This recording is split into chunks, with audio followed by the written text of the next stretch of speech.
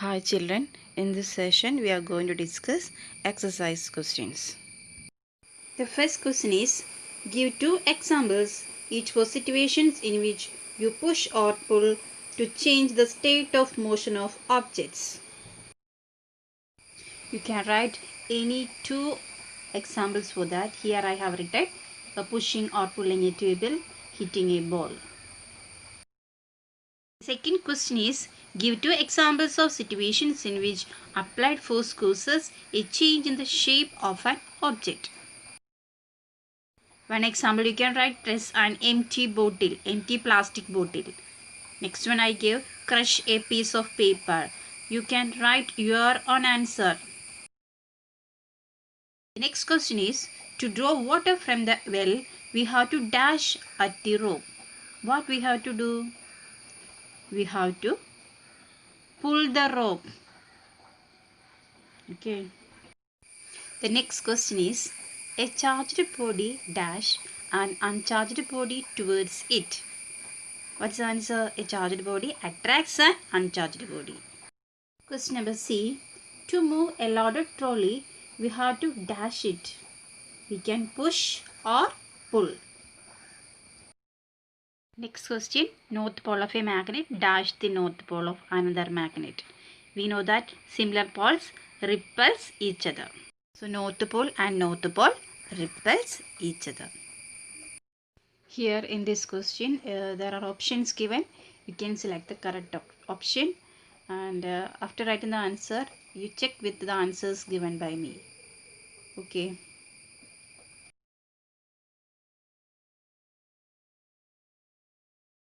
Fifth question is, you have to identify the agent exerting force, the object on which the force acts, and the effect of the force. And many cases are given. First one, squeezing a piece of lemon between the fingers to extract its juice. In this case, we know that the force is exerted on the lemon. We are using our muscular force. As a result, the shape of the lemon gets changed. So here the force changes the shape of the object. Next question. Taking out paste from a toothpaste tube. Similar to the first case, here also the force acts on the toothpaste tube. We are using our muscular force. It changes the shape of the tube. Next question. A load is suspended from a spring which is fixed on a hook to a wall.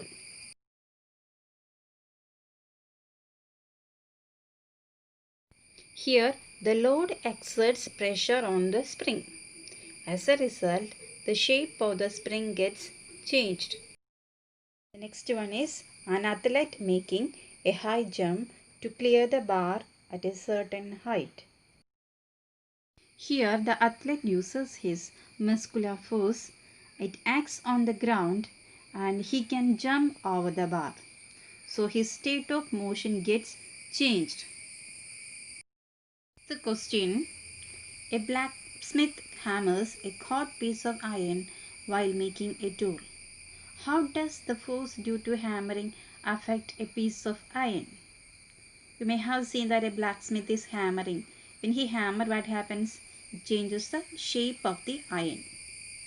This is the way he is making different tools. By hammering on the iron piece, its shape changes. Seventh question. First of all, take an inflated balloon, rub with a piece of synthetic cloth and press against a wall. We can see that the balloon sticks to the wall. Which force is responsible for this force of attraction? We know that by rubbing this balloon acquires some charge. So which force acts between charged objects or charged object and uncharged object? The force is, which is that, electrostatic force. The next question is, name the forces acting on a plastic bucket containing water held above ground level in your hand. Discuss why the forces acting on the bucket do not bring a change in its state of motion. To hold the bucket, we use muscular force. Gravitational force also acts on the bucket in the downward direction. Muscular force acts in the upward direction and gravitational force in the downward direction, but they are equal in magnitude, but opposite in direction. Due to this, the net force or the total force acting on the bucket is zero. So there is no change in the state of motion of the bucket. The ninth question is, a rocket has been fired upwards to launch a satellite in its orbit. Name the two forces acting on the rocket immediately after leaving the launching pad. The answer is gravitational force and the frictional force due to air. Last question is, when we press the bulb of a dropper with its nozzle kept in water, air in the dropper is seen to escape in the form of bubbles. Once we release the pressure on the bulb, water gets filled in the dropper. The rise of water in the dropper is due to. The answer is atmospheric pressure. So these are the exercise questions. All should write all the questions and answers in your notebook.